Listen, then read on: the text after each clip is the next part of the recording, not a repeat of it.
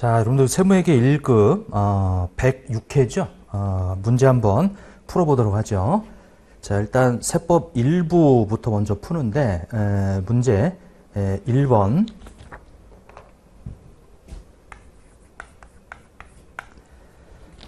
자, 다음은 주식회사 한국의 제13기부터 15기까지의 감가상각과 관련된 자료이다. 각 물음에 답하시오. 이렇게 나와 있고 20점짜리로 나와 있는데, 자, 일단은 이 내용들을 좀 보니까 기본적인 우리 감가상각에 대한 문제예요. 자, 먼저 건물 감가상각비에 대한 다음 양식에 따라 세무조항 및 소득 처분을 하시오. 근데 이제 14기하고 15기만 하는 거네요. 자, 그러면 자료를 보면은 건물에 대해서 10억에 취득을 해서 13기 말에 부인액은 없고 14기 때 감가상각비를 6천만 원을 잡았고요.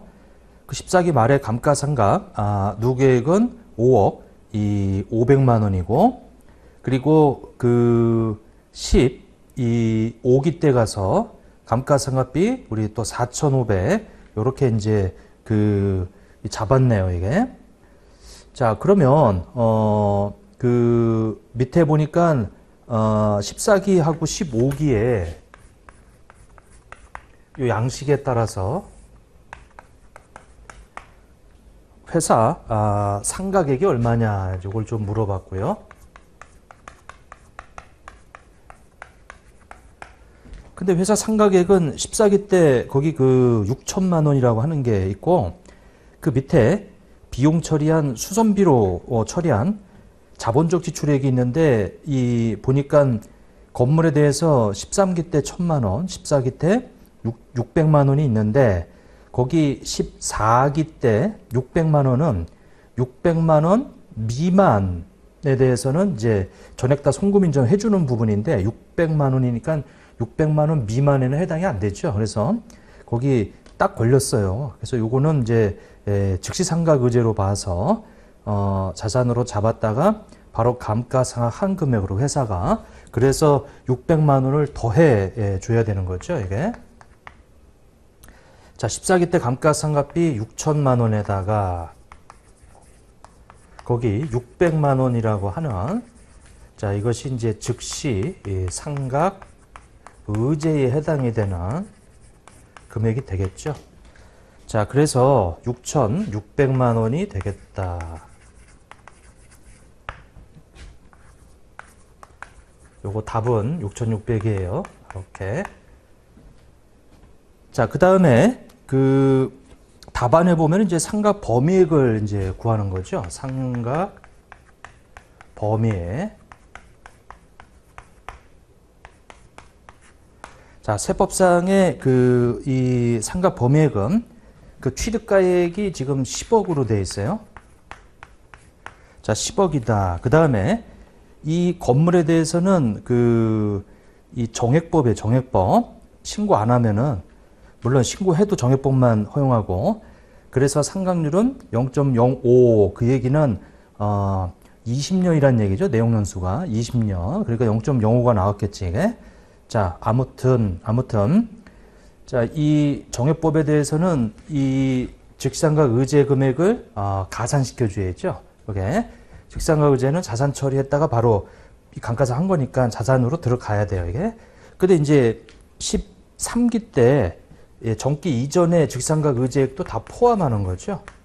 왜냐면 이제 처음에 취득원가 금액에 이 취득원가 금액을 변동시키는 거, 그러니까 자산의 원가에 들어가는 거, 요거는 다 집어넣어 줘야 돼요. 6배 이렇게. 자, 이것이 세법상의 이 원가가 되겠다 이거죠. 이게 다. 그러니까 자산으로 들어가야 될 원가가 이제 이렇게 돼서 거기에 상각률이 지금 이렇게 돼 있어요. 그러면 10억 1,600이라고 하는 것이 이제 되겠네. 그래서 0.05다라고 하게 되면 그 한도가 5,080이라고 하는 이제 상각 범위액이 나오겠죠. 이렇게 1,080이다. 이게 이제 두 번째 내용이고, 자, 그래서 세무 조정은 어떻게 될 것이냐. 요것이 이제 질문 1번의 내용이네요. 그러면 이제 한도가 초과됐죠? 얼마가 초과됐냐면 1,520만 원이 한도가 초과됐어요. 그래서 송금 이제 불산입을 시켜야지.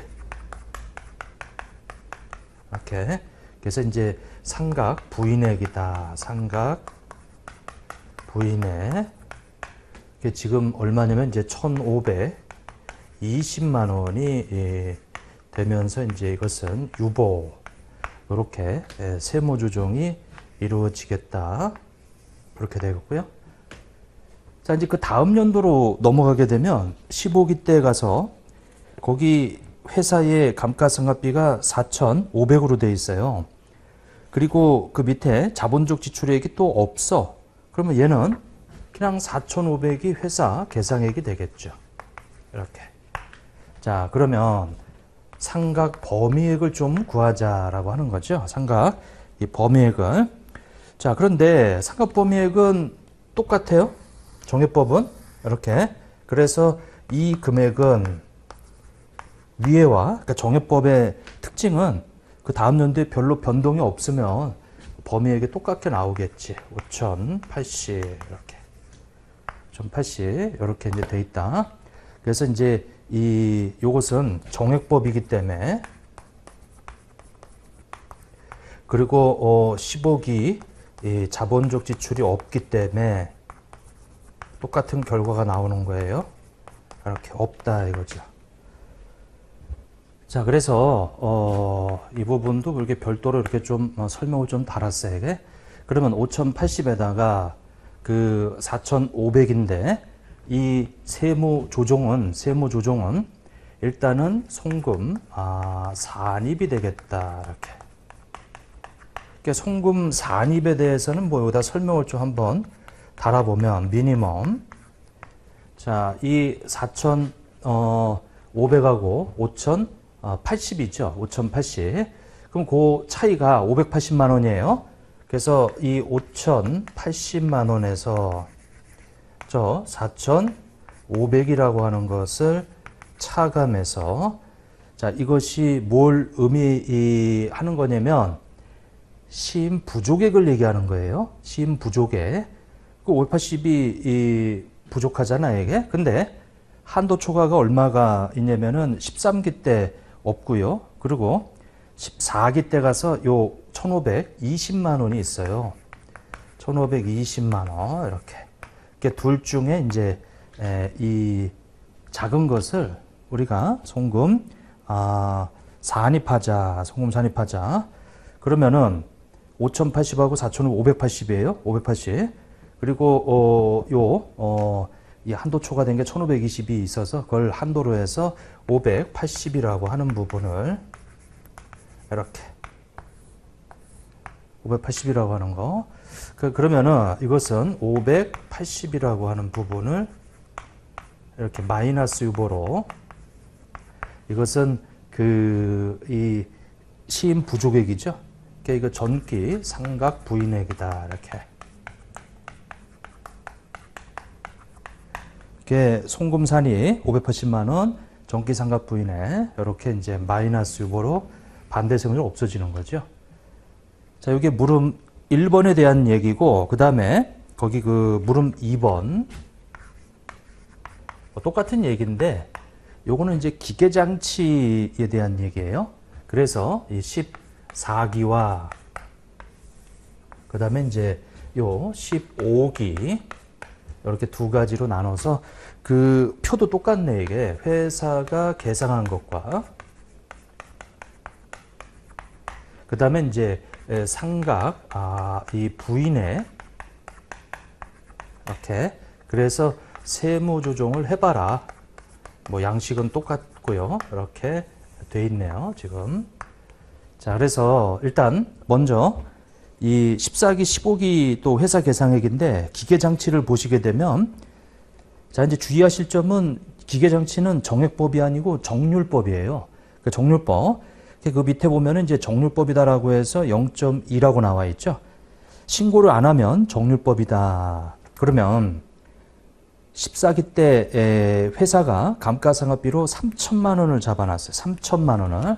자, 그러면 이제 여기다가 이렇게 이 3천만 원 감가상각비 잡아놓은 거에다가 즉시상각의제 금액이 있나 한번 봐보세요. 즉시상각의제 금액이.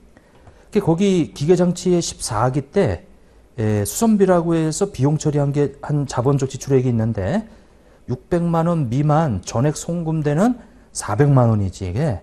그래서 이번 연도에 더해지는 게 없네 이게. 그러면 이거는 그냥 3천만 원이 되겠더라. 그래서 이 부분에 대해서는 거기 400만 원은 이것은 이 전액 송금 인정되는 전액 송금 처리된다. 전액 송금 처리된다. 그래서 이것은 즉상각의제에 해당되지 않는다. 이렇게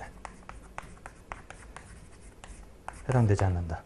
그러니까 600만 원 미만 기준에 포함이 되죠.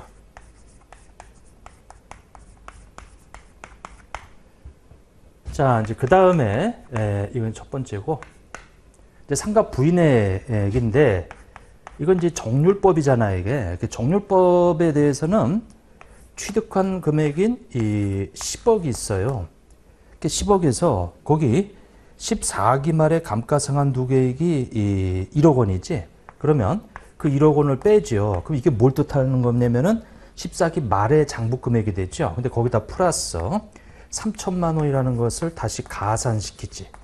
그럼 이게 뭐가 되는 거예요? 이게 기초의 이 회계상 장부가액이 될 거다. 기초 회계상 장부가액이 될 거다. 이렇게. 자, 그러면 여기다가 이제 세법으로 바꿔주려면 상각 부인액 잔액이 있으면 그거는 빼줘야지. 그래서 거기 상각 부인액 잔액이 있으면 그거 더해줘야죠. 왜냐면 이제 요거는 비용이 아니라고 해서 부인한 거니까 이게 1,000만 원이다. 이렇게 1,000만 원이다. 그러면 이게 뭐가 되냐면은 이게 세법상에 뭐가 되는 거예요? 기초 장부가액이 되는 거예요. 그리고 이번 연도에 즉상각의제가 있으면 더해줘야 되는데 이번 연도에는 즉상각의제가 없죠. 근데 13기 때는 800만 원이 있잖아 이게. 근데 13기 때 그 800만 원은 13기 때 한도 계산할 때 집어넣다가 또 감가상각으로 또 빼놨단 말이야 이게. 그래서 어차피 더했다 빼놨기 때문에 그거는 고려할 필요가 없고 정률법일 때는 당해년도 즉상각의제만 고려하면 돼요. 근데 여기 이 정률법은 그런데 정액법에서는 저번 연도 즉상각의제까지 포함하지 이게. 왜냐면 그 원가에 들어간 것은 다 집어넣어야 되니까. 근데 여기는 장부가액으로 이제 기준으로 이제 한도를 구하다 보니까 저번 연도 800만 원이라고 하는 것이 저번 연도 한도 계산할 때 여기 800 들어갔다가 여기 회사 계산으로 빼서 세무정으로 이미 반영이 돼 있기 때문에 그거는 집어넣을 필요가 없다라고 하죠. 그래서 이제 단기 것만 고려하시면 돼요. 근데 단기 거 없지요. 400만 원이 있는데 그거는 즉상각의제에 해당되지 않으니까 이게. 그래서 이렇게만 하면 이게 세법상의 장부가액이 될 것이다. 이런 얘기죠. 세법상의 이 장부가액이 될 것이다. 그러면 거기다가 몇 프로를 곱해줘야 돼요? 0.2 이렇게. 자, 그러면 이게 9억이고요. 9억 3천, 9억 4천이 되겠죠. 그래서 이 곱해주게 되면 우리 이 한도라고 하는 것이 나오겠죠, 이게? 근데 요거 좀 잘못됐네. 요거 지금 처음에 취득원가가 얼마였었어요? 2억이었지? 2억.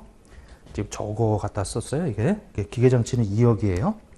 이게 지금 2억에서 1억을 빼서 그러면 이제 1억 되고 3천하고 그럼 1억 4천이 되겠네. 곱하기 이제 20%다라고 하면은 요것이 2,800이 되겠더라. 2,800만 원이.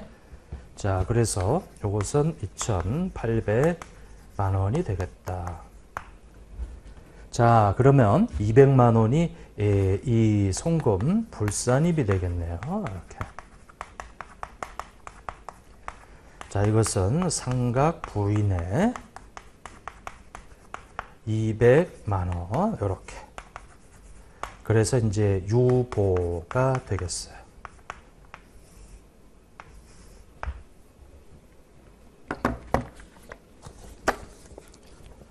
자, 그 다음에 이제 이 15기로 넘어가요. 15기로 넘어가게 되면 그 감가상각비가 기계장치가 3천만 원이 있어요. 근데 뭐 자본적 직상가계제가 없잖아요, 이게. 그러니까 이제 이 회사 이 계상액은 그냥 3천만 원이 되는 거죠. 요거는 요건 뭐 별로 할 얘기가 없죠. 다른 거 없으니까 저거하고 똑같아 이게. 근데 이제 요 한도 계산할 때 이제 요것은 지금 여기처럼 정액법은 처음에 취득한 원가를 가지고 하다 보니까 그 원가가 저번 연도하고 똑같단 말이에요. 그래서 똑같이 나오지만 여긴 장부가액 기준이란 말이에요. 이게. 그래서 세 번째, 자, 우리 15기 때 이 와서 3천만 원 뭐 이렇게 이 돼 있네요. 3천만 원. 자, 그런데 우리 이 2억 원이다 취득가액이. 자, 그다음 빼기 거기 14기 말에 감가상환 누계액이 1억 원이죠. 1억 원 이렇게. 그럼 이게 뭐가 돼요? 이거는 저번 연도 14기 때 기말이었고 3천만 원 더하면 기초로 바뀌었지. 근데 얘는 지금 기초란 말이에요. 이게 기초죠. 그러면 이게 이제 기초인데 거기다가 세법상에 우리 이 1,000만 원에다가 이 200만 원이 추가돼서 1,200이라고 하는 것이 이제 이 부인됐단 말이에요. 이게 1,200이라고 해서 이제 그 부인된 거예요. 자, 그러면 요것이 세법상의 기초 장부가액이 되겠죠. 그럼 곱하기 0.2다라고 하게 되면 자, 이것은 2,200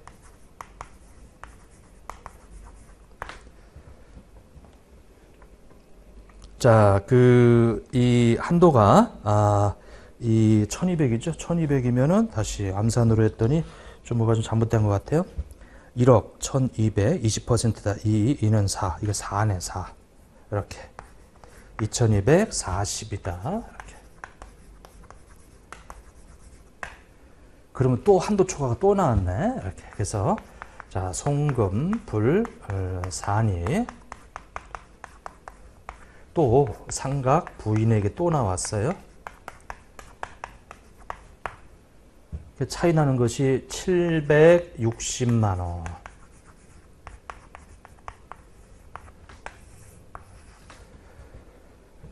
자, 이렇게 이 계산을 해주시면 되겠네요. 이게.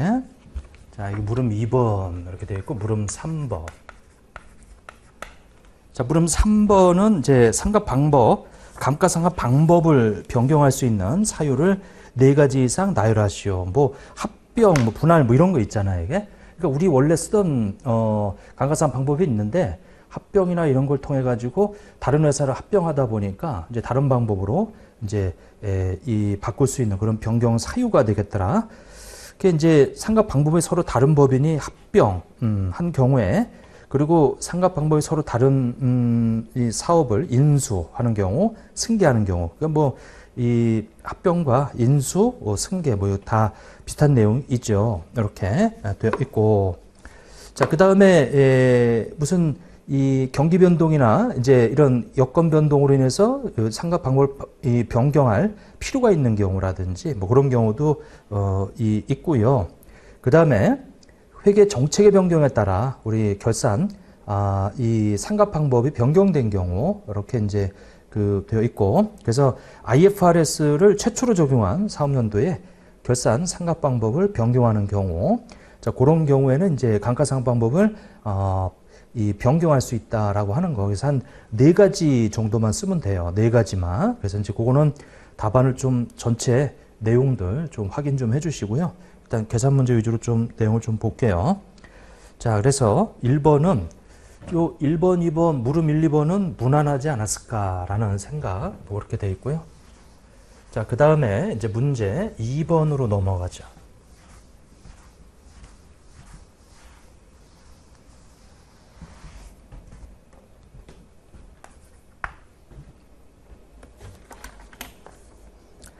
자, 부동산 임대업을 주업을 하는 주식회사 서울의 제4기.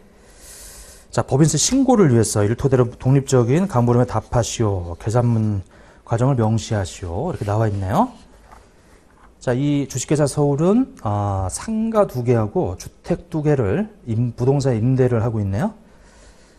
자, 이번에 보니까 임대 보증금으로 인해서 발생한 금융 이 수익은 다음과 같다라고 해서 각각 자료가 주어져 있고, 그 다음에 다 2019년 7월 1일 날 매입했대요.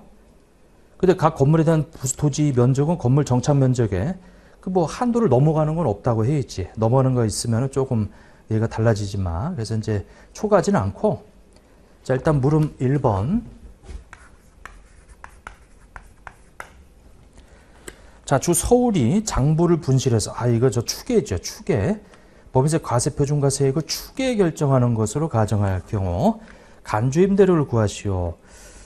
자, 추계인데 단 적용하는 정기예금이자율은 이거 지금 3%로 그냥 가정한대요. 자, 그러면 일단 추계로 하게 되면 거기 상가 A, 자 1억 원이 있어요. 상가 A.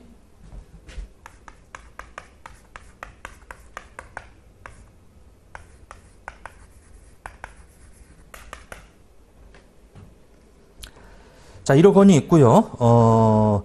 그 다음에 거기 임대기간이 이 X 3년도 1년 다 들어가네, 이게. 그래서 이것은 365일이 되겠죠. 그리고 정기예금이자율이 3%라고 했으니까 어차피 뒤에 거는 안 붙여도 상관이 없는데, 이렇게. 그리고 여기 뒤에 빼주는, 이 어떤 운용수익, 이 금융수익 빼주는 거 없죠. 그래서 이 전체 300만 원이 다 간주임대료로 계산이 되겠더라. 자, 그 다음에 상가 B를 보게 되면 이거는 2023년 7월 1일 날 5천만 원이라고 이제 돼 있네요. 5천만 원 이렇게.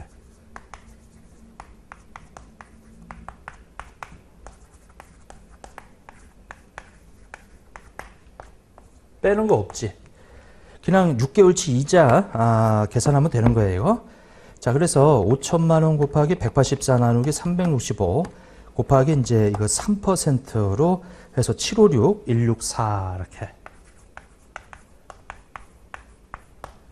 요렇게 이제 계산이 되겠네요. 자, 그 다음에 주택도 다 계산해요. 추계로 할 때는. 근데 주택 A는 임대보증금이 없네. 그러면 계산할 필요 없고요. 주택 B가 있어요. 주택 B. 주택 B가 이것도 마찬가지로 1억 5천인데 23년도는 다 들어가네.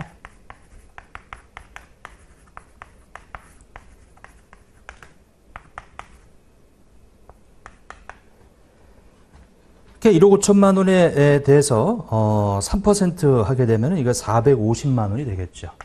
이렇게.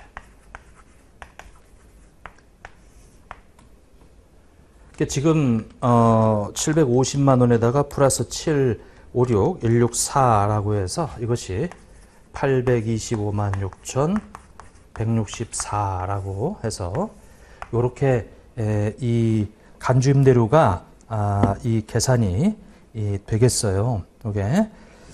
자, 그래서 추계로 하게 되면은 그 금융 수익을 안 빼죠.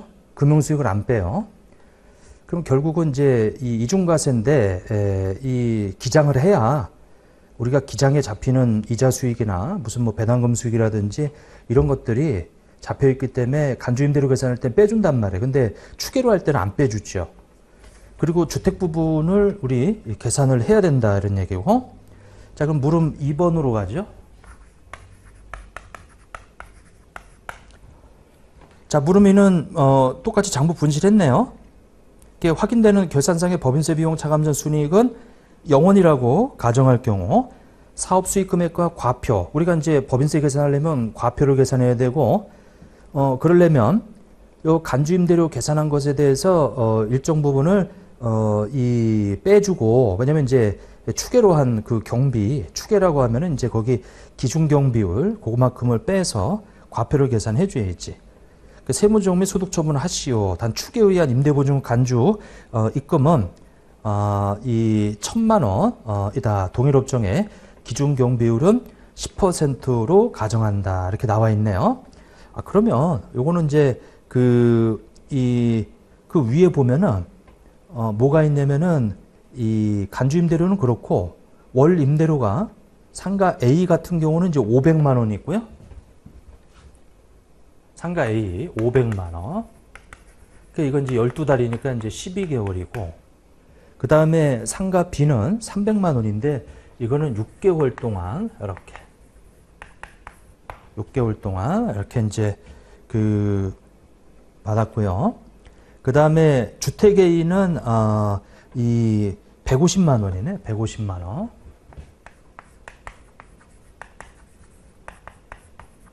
(12개월) 그 다음에 주택 B는 100만 원이죠. 주택 B가 이 100만 원이에요.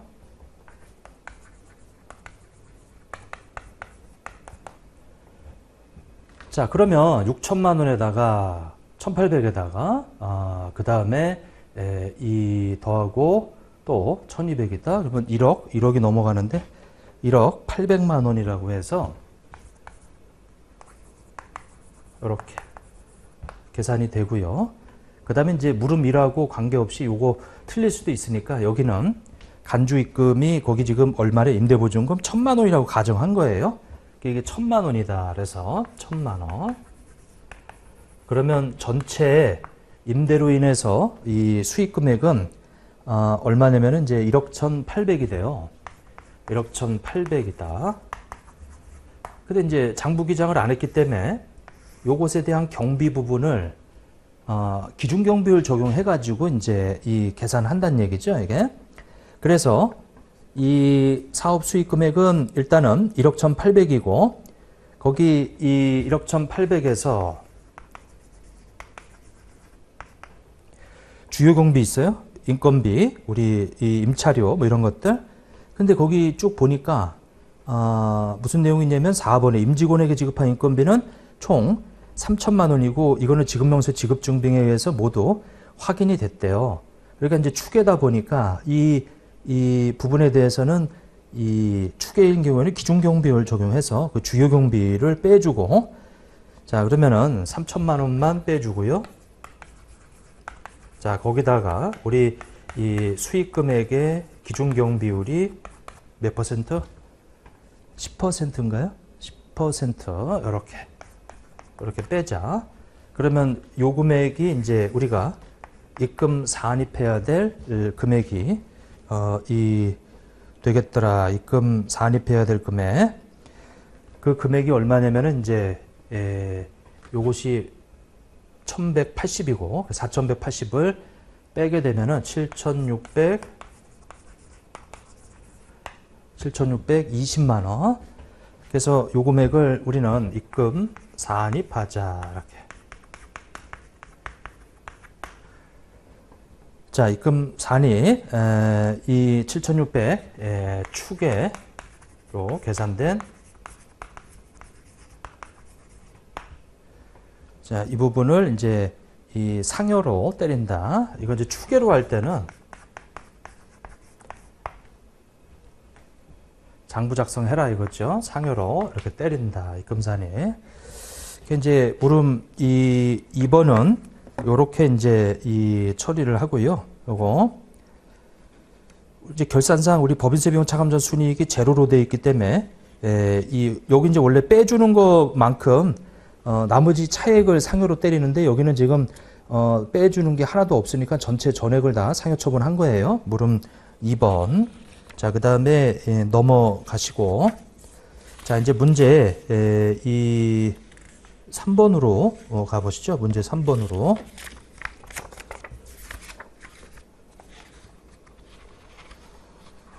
자, 문제 3번으로 가보세요.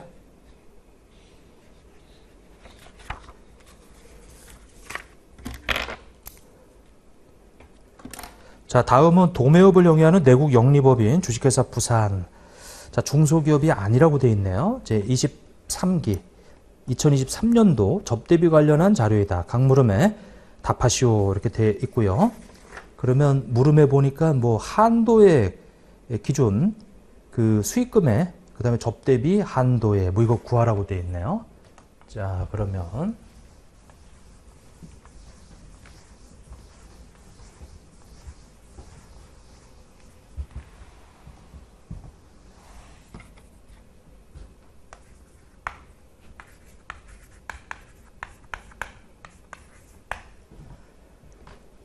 자, 1번이 수익 금액을 물어보는 거예요, 이게.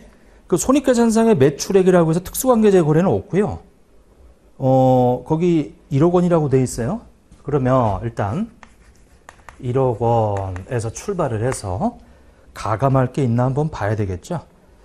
자, 첫 번째, 임대보증금에 대한 간주입금 800만 원이 포함되어 있다. 근데 이거는 기업회계상의 매출액이 아니에요. 우리 접대비 계산할 때 수익금액은 기업회계상의 매출액인데 이 부분은 기업회계상의 매출액이 아니니까 빼주자. 그 다음에 두 번째, 반제품 매출액 1000만 원이 포함되어 있다. 잘했다. 왜냐면 반제품 매출액은 이거 기업회계상 매출액이에요. 부산물 매출액도 기업회계상 매출액이지. 근데 이게 영업의 수익으로 돼 있네. 그러면 여기다 더해줘야죠. 500이라고 하는 것을 이렇게 가산을 시켜주자라고 하는 거예요. 그래서 1억에서 800을 빼고 500을 더하게 되면 9,700만 원이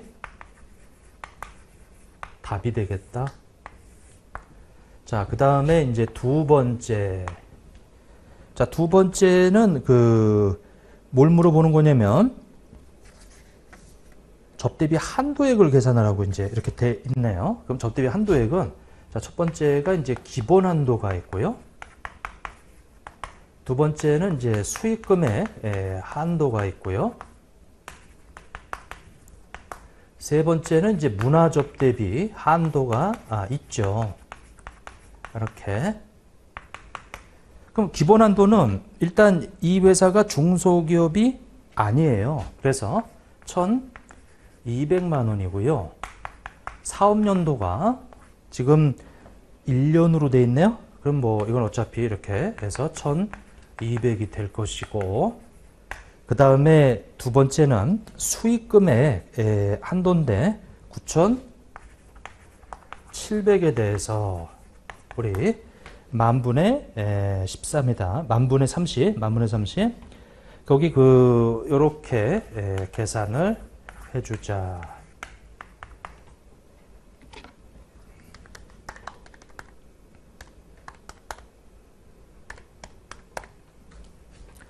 자, 요렇게 이 계산을 하게 되면 얘는 29만 1,000원이에요.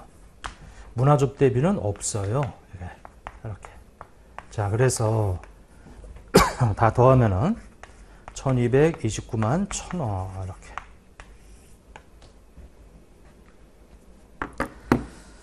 자, 물음 1번은 뭐 요 정도. 자, 물음 2번. 자, 물음 2번은 이 접대비 한도액을 1,200이라고 가정하고 주식회사 부산 접대비 관련 세무조정 및 소득 처분을 하라고 되어 있네, 이게.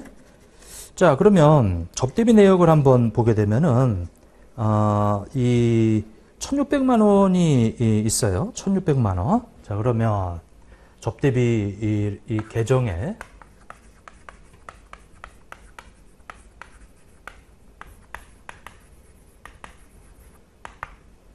1,600이 있고요.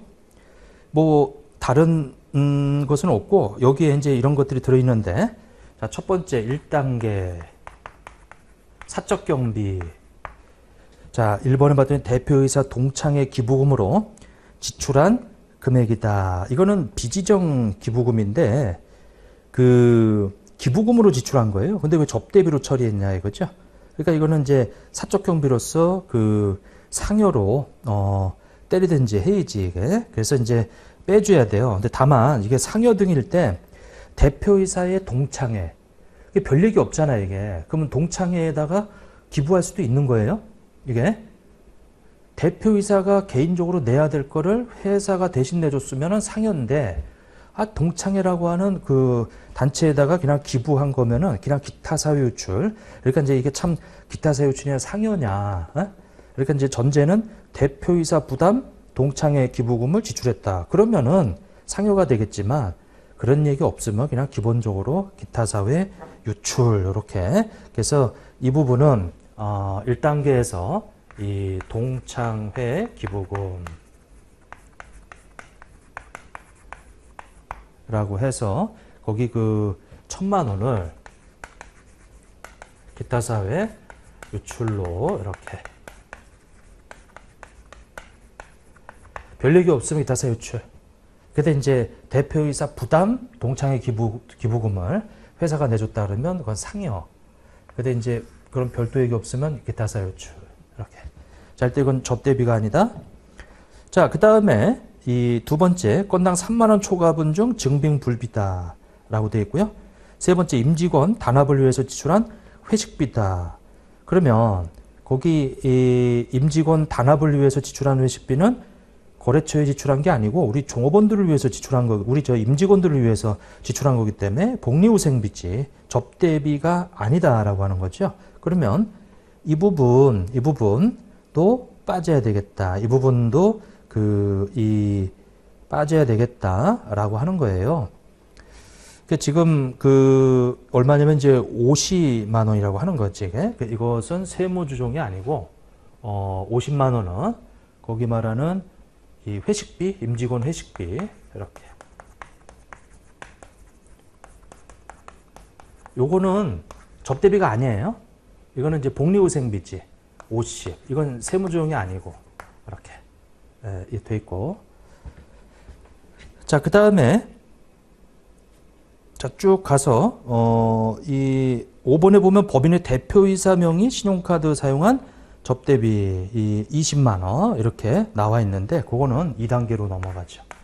왜냐면 이제 2단계는 적격증빙을 미수치한 거거든.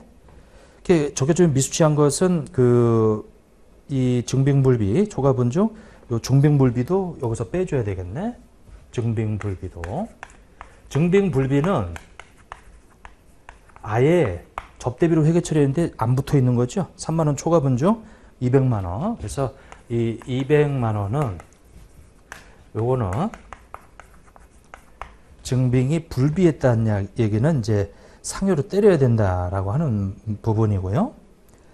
자, 그 다음에 거기 4번에 보면은 위장카드 가맹점에서 발급받은 신용카드 매출전표라고 해서 10만 원이죠. 이건 이제 적격증빙으로 보지 않지.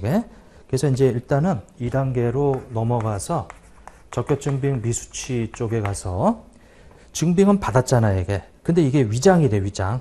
근데 거래는 한 거지. 근데 이제 이 원래 이 가맹점에서 받은 게 아니고 다른 위장 가맹점에서 받은 거지, 이게. 그러면 그것이 4번에 10만 원하고 5번에 있는 것은 적격증빙으로 보지 않죠. 3만 원 초과할 때 법인 대표이사 명의 카드는 적격증빙으로 보지 않아요. 법인 명의 카드지. 그래서 이 두 가지는 불산입을 시켜서 그래서 일단 위장 가맹점 이렇게 되어 있는 부분. 자, 이것이 10만 원이에요. 자, 이것은 이제 기타 사회 유출이다. 거래는 했는데 상대방이 이제 위장 가맹점이죠. 그 다섯 번째 법인의 대표이사 명의 신용카드를 사용한 접대비다라고 해서 요것은 이 20만 원이라고 하는 거 이건 적격증빙으로 보지 않지. 그래서 요거는 적격증빙 불비 우리 대표이사 명의 카드.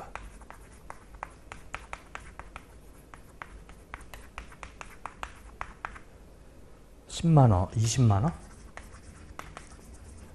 기타 사회 유출 이렇게 해서 이제 처리를 해주시면 되겠죠. 이렇게.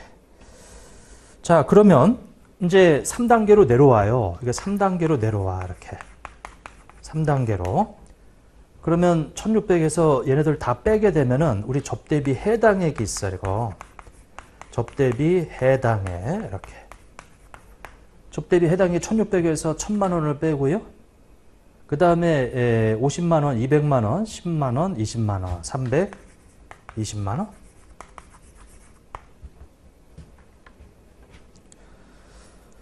자, 이 300 접대비 해당액은 1600에서 부인된 거 다 빼죠. 근데 지금 어디냐면은 이거 지금 제가 잘못 봤네요. 이게 100만 원이죠. 1000만 원으로 잘못 봤어요. 이거. 이렇게 어쩐지 금액이 좀 너무 커가지고 해서 하게 되면 1220이죠. 천만 원, 뭐 100만 원인데 천만 원 잘못 봤어요. 이렇게. 그럼 여기서 이제 접대비 한도액을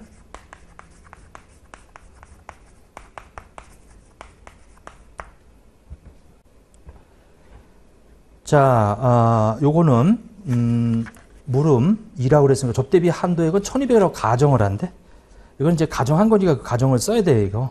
그래서 1200을 이렇게 빼주자. 자, 그러면 20만 원만큼 한도 초과가 발생했어요. 이렇게. 그래서 3단계 때 가서 접대비 한도 초과에 접대비 한도 초과에 20 기타 사회 요출 기타 사회 요출 이렇게 기타 사회 요출 이렇게 되겠죠. 그러면 다 끝났는데 그 물음 2에서 물어보는 것이 그 세무조회 및 소득처분을 하시오라고 되어 있으니까 일단은 세무조에 들어가는 게 예. 그 다음에 이 증빙불비 요거. 그 다음에 위장 가맹점 대표이사 명의카드. 그 다음에 접대비 한도 초과에 요거 이렇게. 요거는 그 빼주는 거예요. 얘는 비용 처리 인정해 주는데 접대비만 아니다 이거죠. 세무조는 없고. 접대비 해당액 구할 때는 요거 반영을 해서 이렇게. 그 다음에 이제 한도하고 비교하는 거죠. 자, 요 정도 내용을 좀 봐주시면 되겠어요, 이거. 자, 그 다음에 물음 3번에 보면 접대비하고 광고선전비하고 기부금에 대한 구분 기준에 관해서 뭐 서술하시 이렇게 나와 있네요. 뭐 접대비라고 하는 것은 업무 관련이죠. 그리고 광고선전비도 업무 관련이에요. 근데 기부금은 업무 무관이죠, 이게. 그리고 또 하나는 접대비라고 하는 것은 향응, 우리 영업활동을 위해서 향응, 접대하는 거고, 광고선전비라고 하는 것은, 그러니까 접대비는 주로 거래처에 하는 거고요. 광고선전비는 불특정 다수인한테 하는 거고, 이렇게 되어 있더라. 그래서 그 차이 나는 비교되는 거, 그러니까 사업가 관련 특정인한테 하는 게 접대비고, 광고선전비는 사업 관련해서 불특정 다수한테 하는 거고요. 기부금은 사업과 관련이 없는 특정인한테 재산을 증여하는 것을 말하죠. 그렇게 좀 봐주시면 되고, 그리고 또 하나 뭐 더 쓰자면, 근데 이거 서술한 4점 정도면은 한 줄 정도씩만 쓰면 돼요. 또 뭐 여러 가지 또 다른 차이점들이 있죠.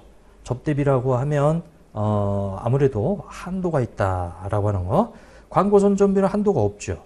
물론 이제 한도 일부 있는 것도 있지만, 그리고 이제 기부금은 한도가 있죠. 이게. 그리고 접대비는 그 한도 계산할 때 수익 금액을 기준으로 한도 계산하지만 기부금은 소득 금액을 기준으로 또 한도 계산하고요. 뭐 근데 일단 세 가지니까 세 가지 그냥 정의만 해서 쓰면 될 것 같아요. 4점 이렇게 높은 점수 아니니까. 자, 그렇게 좀 봐주시고 그 다음에 문제 4번으로 한번 가보세요. 문제 4번.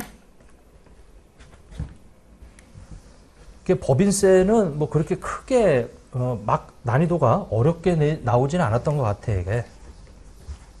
자, 이제 부가세 내용을 좀 한번 봐야 되겠죠.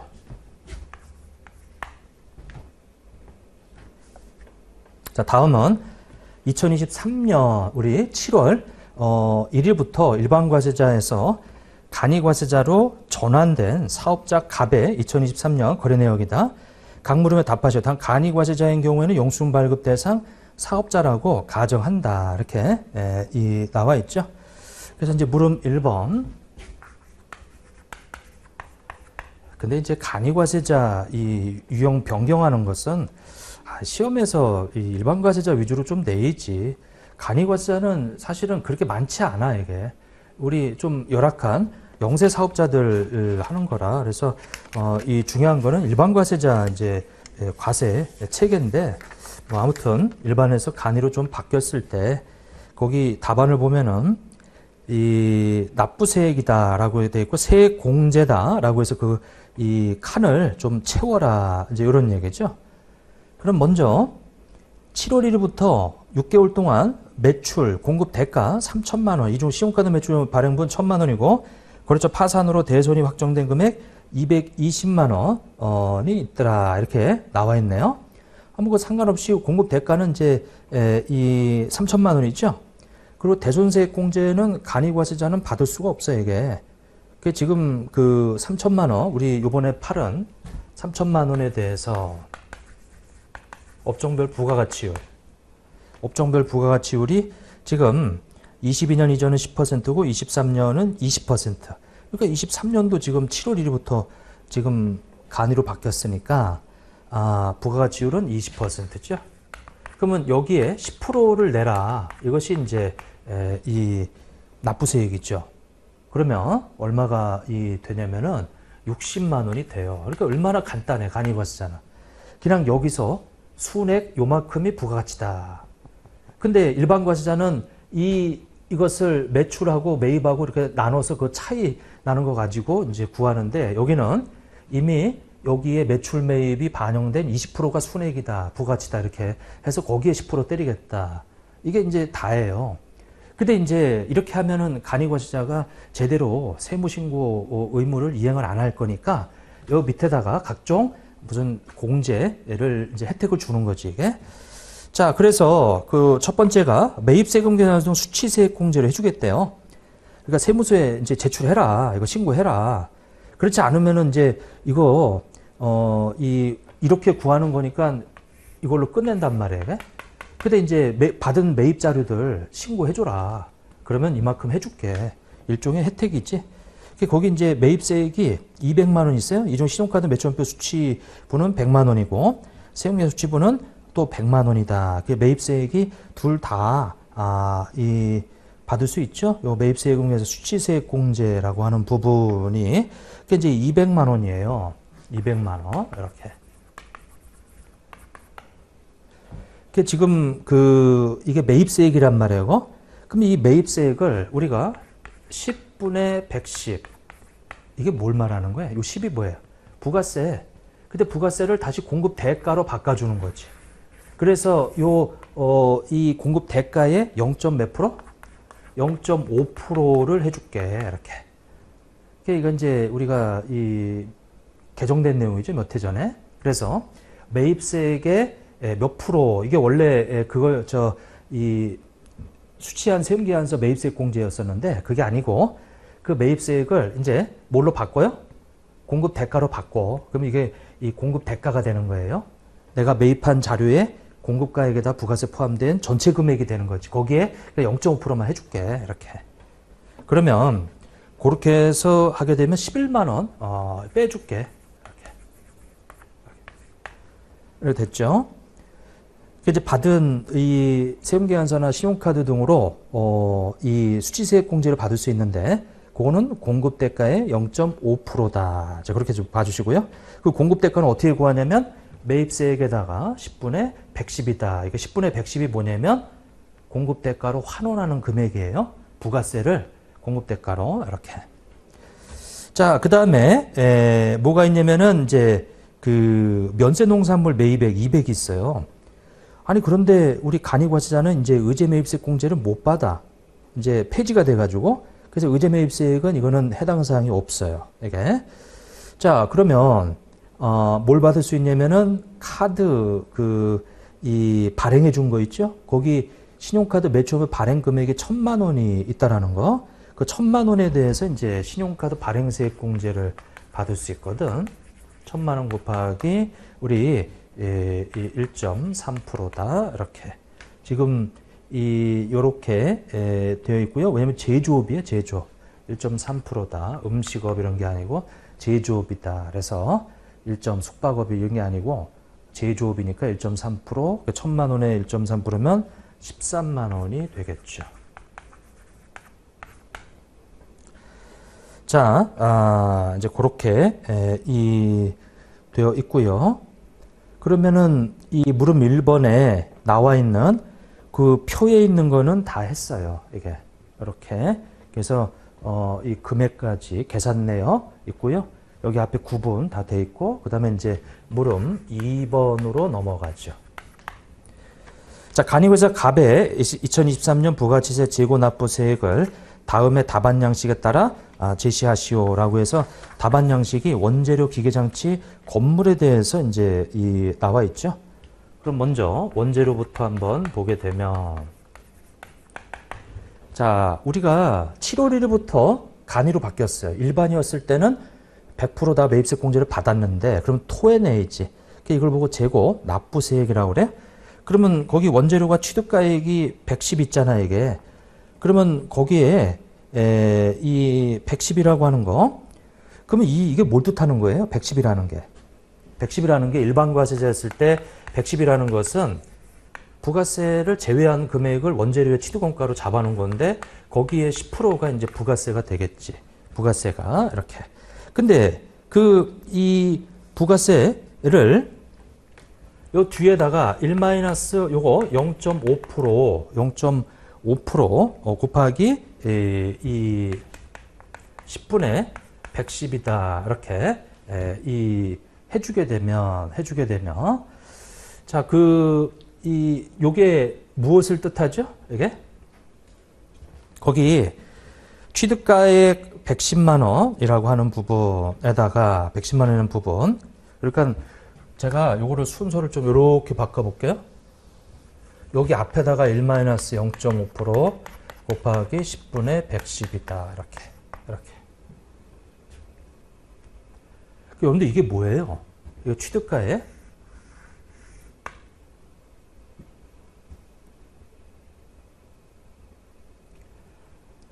자, 이 부분이 뭐죠?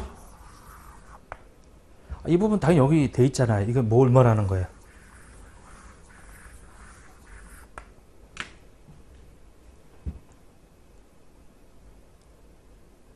이거 환원해가지고 거기 공급 대가로 환원해서 이거 바꿔주는 거잖아요, 이게.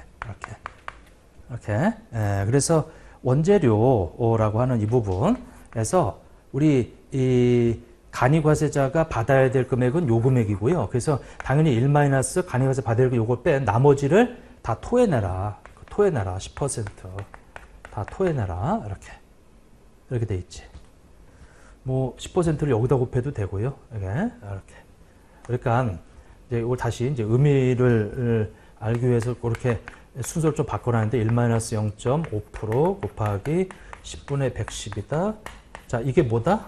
이게 간이과세자가 받아야 될 수치세액 공제다. 이게.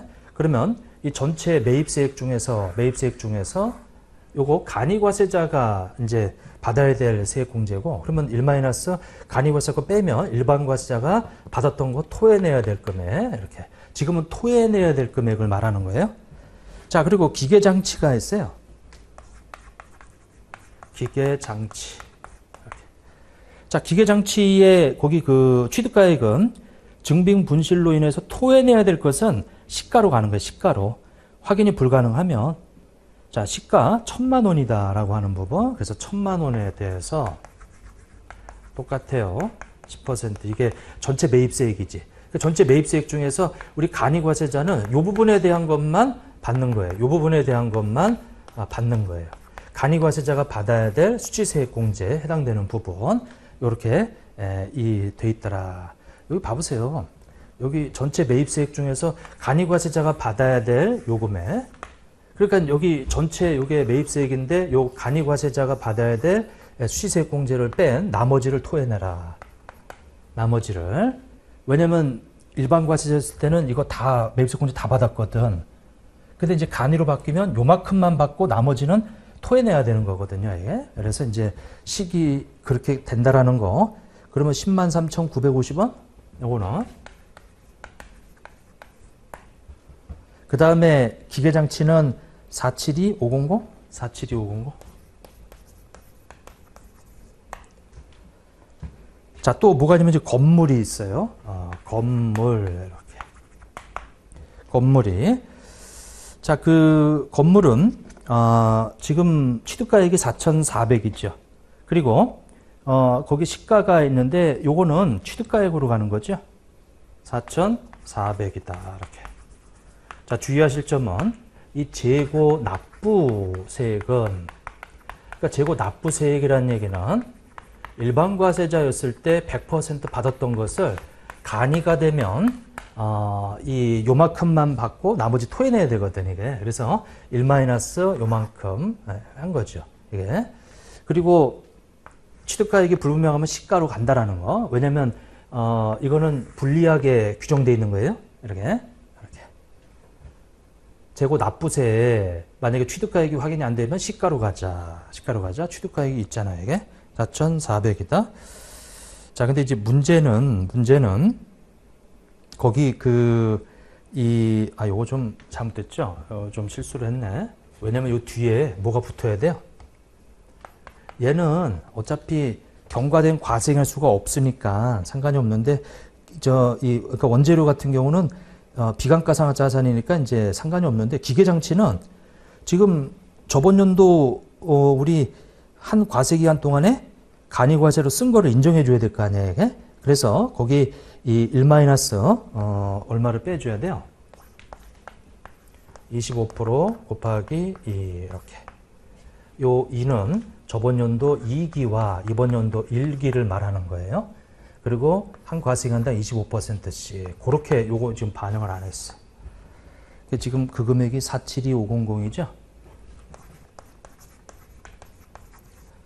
자, 그 다음에 건물 똑같아요. 10%. 근데 이 중에 이만큼은 토해내야 되겠다. 이렇게. 자, 그런데 얼마만큼 간이과세자에 썼어요? 지금 취득을 2022년 이것도 2월 1일이네, 이거는. 2월 1일. 그러면 이거는 3기간 동안 썼네요. 3기간 동안. 그래서 1 마이너스 얘는 건물은 5%지. 3기간. 이렇게. 이거는 1기, 2기, 그 다음에 1기 이렇게. 그러면 건물에 대해서 그렇게 해서 계산하게 되면 3534, 300, 3534, 35, 34, 300이다. 이렇게 재고 납부세 무릎 미번은 그렇게 계산이 되겠네요. 자, 그 다음에 이 물음 3번을 한번 보게 되면은 사업자 갑이 2023년 7월 2일부터 간이과세에서 얘는 또 이제 반대로 일반과세자로 전환이 됐어요. 얘하고 반대지. 반대. 그러면 물음 3번은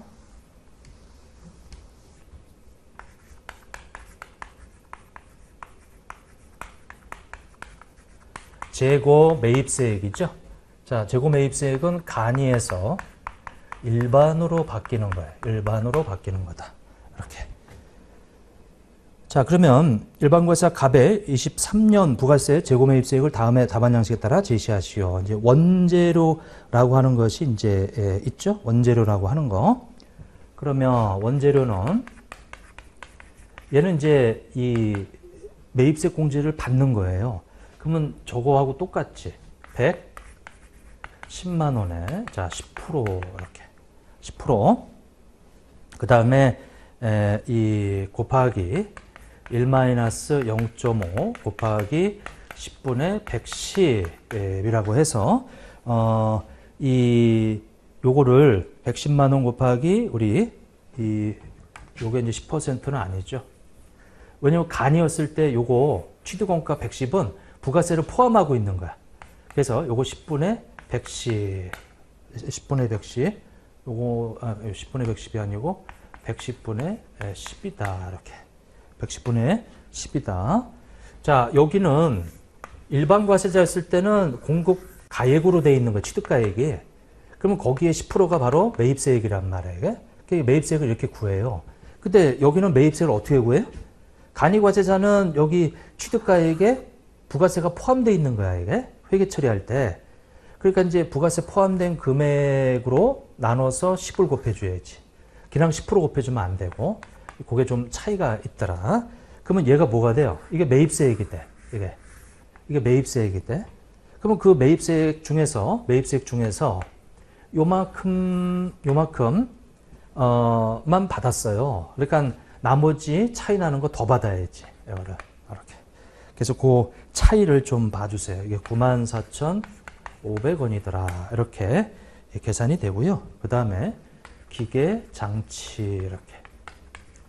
기계장치다. 이렇게 이제 돼 있는데, 자, 우리 이 기계장치는 이제 중요한 게 뭐냐면, 얘는 취득가액을 장부에서 확인할 수가 없어요. 거기 뭐라고 표현했었죠, 아까? 기계장치는 기계장치는 취득가액을 확인할 수가 없대요. 그러면 이제 이거는 재고 매입세 공제를 못 받아. 그러니까 여하튼 놀부심보죠, 이거. 에? 확인 안 되면 안 해주겠다. 근데 여기 확인 안 되면 시가로해서 토해내라. 이게 이제 차이점이에요. 이게. 자, 그 다음에 이제 건물이 있어요. 건물 이렇게. 자, 건물도 이 취득가액은 부가세를 포함한 금액이니까 여기에서 부가세를 발라내자. 이게 이제 매입세액이지. 자, 거기다 곱하기 1-0.5% 곱하기 우리 10분의 110. 그래서 요만큼 간이에서 받았으니까 나머지 더 받아라. 근데 일단은 일반과세자로서, 간이과세자로서 우리가 이 저번 연도 하고 그 다음에 이번 연도 하고 해서 1 우리 10% 곱하기 2 요렇게.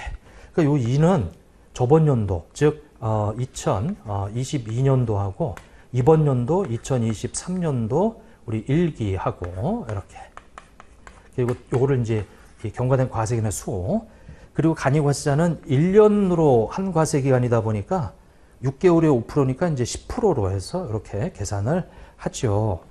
자, 그래서 그렇게 계산한 것이 3024 이렇게 되겠네요. 자, 이것이 이제 물음 3번에 대한 얘기. 그래서 간이에서 일반, 일반에서 간이로 해서 그 재고 납부세액, 재고 매입세액 되는 거 그거 좀 봐주시고 그 다음에 그 다음 문제로 넘어가죠.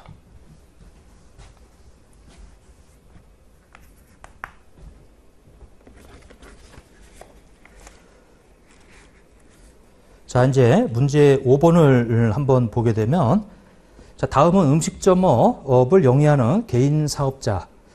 자, 일반과세자고요. 23년 1월 1일 폐업일이 또 폐업을 했네. 23년도 1월 날 사업을 개시해가지고 6월 30일 날 폐업을 해버렸어요, 이거. 그러니까 폐업 시 부가세 확정 신고 관련 자료이다. 다음 자료를 근거해서 각 물음에 답하시오. 자, 일단 먼저 물음 1번.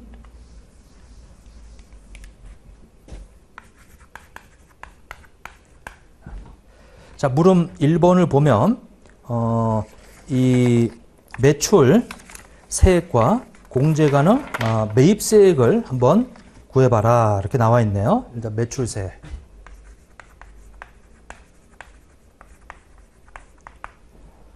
자, 문제를 보면은 신용카드 매출표 발행 금액이 이 1,100이고요.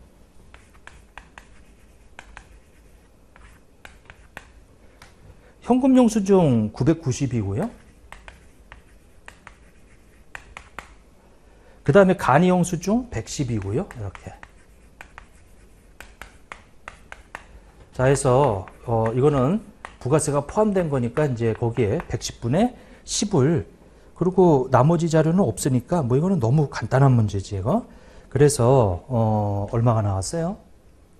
200만 원이 이렇게 나왔더라. 요게 매출세액이고 그 다음에 두 번째는 이제 이 매입세액을 구하자.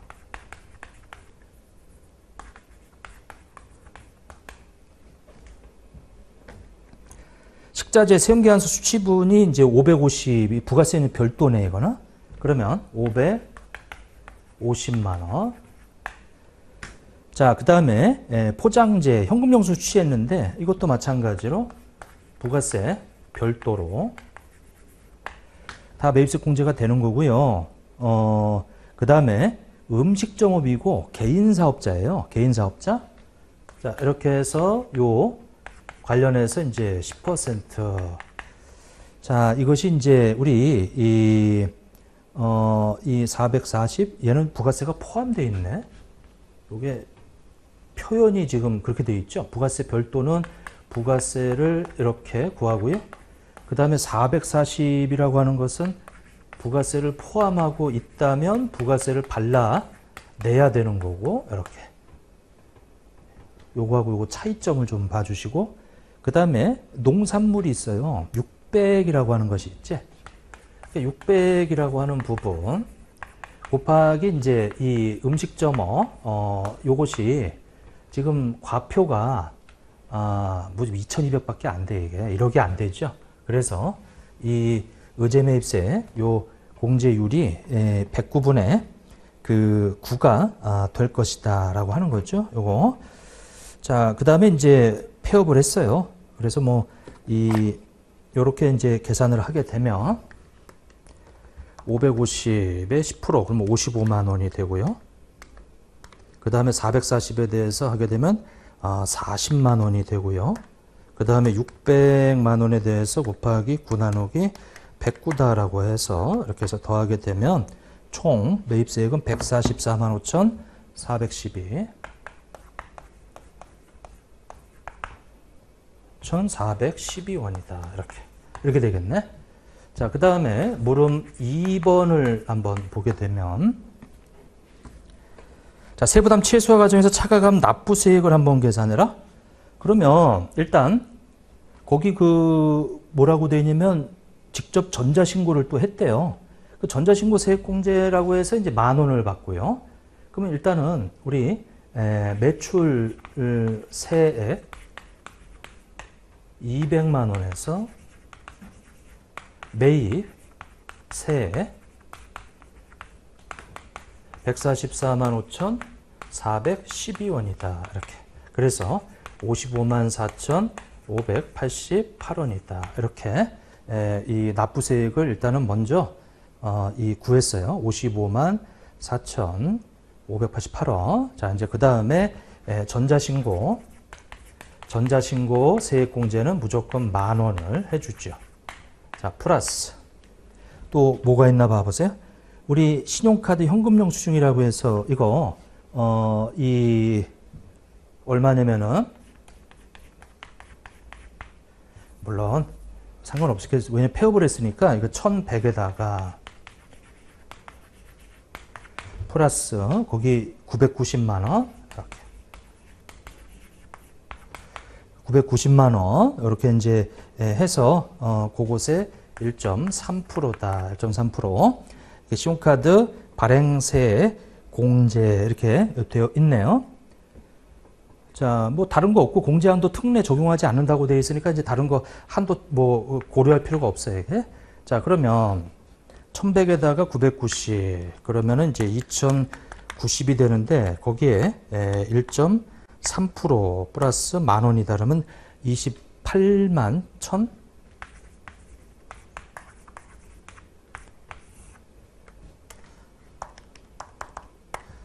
자, 그러면은 28이 888이다. 자, 이 전자신고세액 공제 10,000원하고 그 다음에 이제 신용카드 매출표 요거 해서 281700 이렇게 이제 돼 있고요.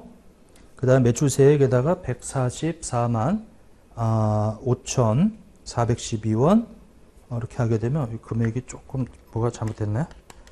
55만 4,588원에서 빼기 28만 1,700원 그러면 27이 888 이렇게 이제 계산이 되겠네요. 자, 그 다음에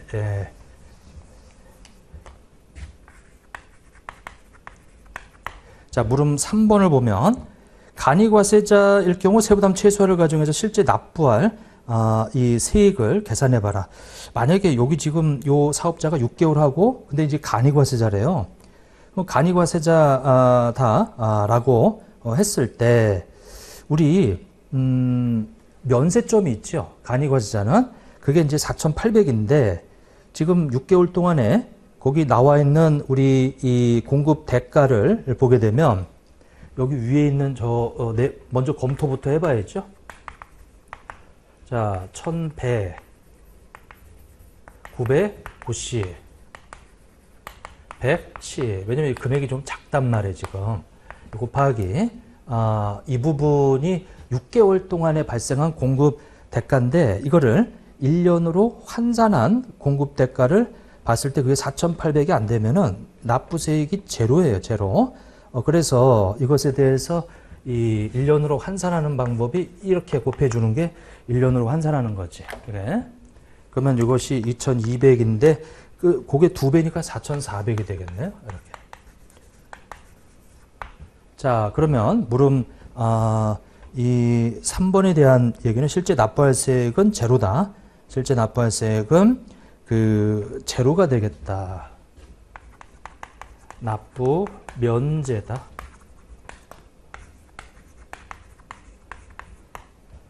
자, 그 다음에 물음 4번을 한번 보게 되면 공급 가액에 포함하지 않는 것을 5가지 이상 나열하죠. 일단은 부가세 포함이 안 되고요. 그 다음에 매출 내누리, 매출 환입, 매출 할인 다 공급 가액에서 차감시켜야 되는 것들이죠. 그리고 공급받는 자에게 도달하기 전에 파손, 훼손, 멸시된 재화의 가액도, 그리고 국고보조금, 이 공공보조금, 이 공급과 직접 관련이 없는 것들 포함하면 안 되죠. 반환조건부, 이건 다시 돌려받는 용기대금, 포장비용, 그리고 이제 종업원의 봉사료, 구분기재된, 자, 이런 것들이 있더라. 그리고 공급대가 지급 지원으로 인한 연체이자는 공급가액에 포함하지 않더라라고 해서 그거는 답안을 좀 확인을 좀 해주세요.